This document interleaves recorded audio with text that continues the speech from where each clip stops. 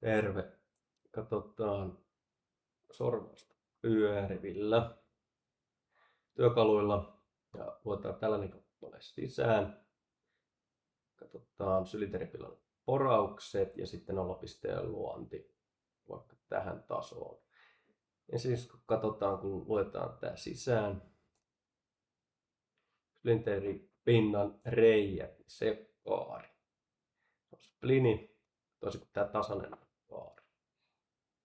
Me voidaan tehdä tuohon porausta tuohon spliniin, me otetaan se alusta ja käydään asetuksista muuttamasta luekohdasta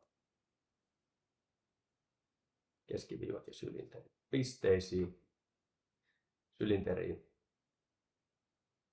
Ja sitten luetaan uudestaan sama kappale sisään.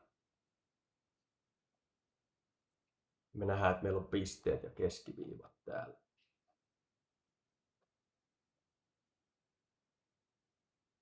Ja voidaan analysoida se, minkä kokoinen se on loppupisteellä tuosta tuohon.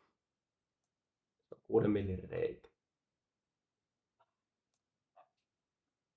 Meillä on 0 piste oikein.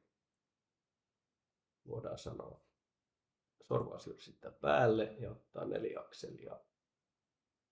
Ja katsotaan vielä pyörimisakseli. Se on x-akseli kyllä. Eli jos katsotaan täällä pyörimisakselisuurfin koordinaatista on x. Eli jos me vaihdettaisiin tuolta akselit sorvaukseen, on ihan oikein. Eli voidaan pitää jyrsin akselit päällä. Otetaan 4 akselia ja poraus. Porauksen valuupiste, niin voidaan sanoa n niin näppäile. Otetaan vaikka 150. Tuolla sitten se kysyy pisteet tai ympyrät porausta varten. Valitaan täältä nämä.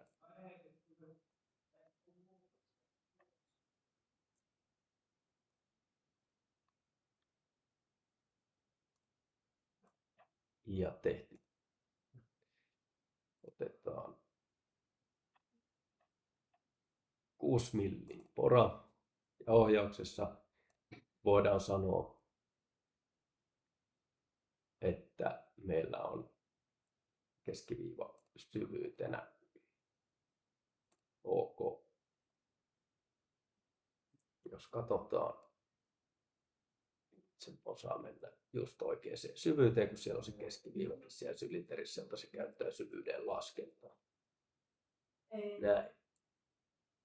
Ja sitten voidaan katsoa vaikka jyrsitä tolle tasolle, että jos ei tehtä C-akselilla, vaan tultaisiin sivusta päin, niin me voidaan tehdä tänne nollapiste, jos täältä ei löydy.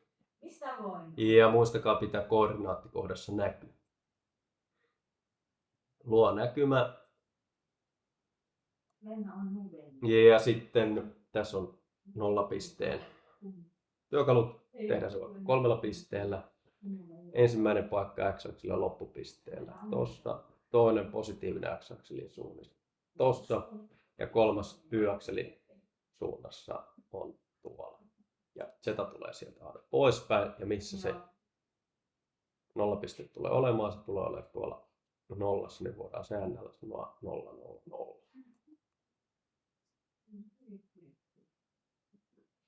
Se on vaikka ton niminen nollapiste.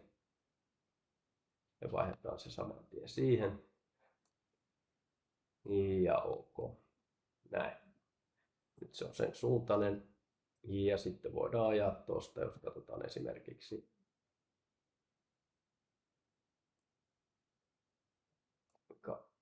iso toi on 20 milliä. Esimerkiksi profiililla, niin NC2-akseli ja profiili tuolta tonne tehty. Ja vaikka sillä 12 millin tapilla. Ja sitten laittaa sinne sisäänmeno, ulostulo. 0,3 se on suora ja se on 1,5 kertaa työkalun säde. Ok. Ok. Siinä on rata. Jotta se tekee sen oikein, niin voidaan toki editoida Ctrl+N eli operaatiohallinta. Ja editoidaan.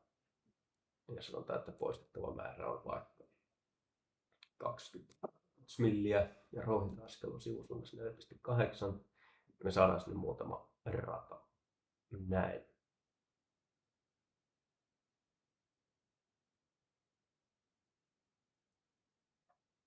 Kiitoksia.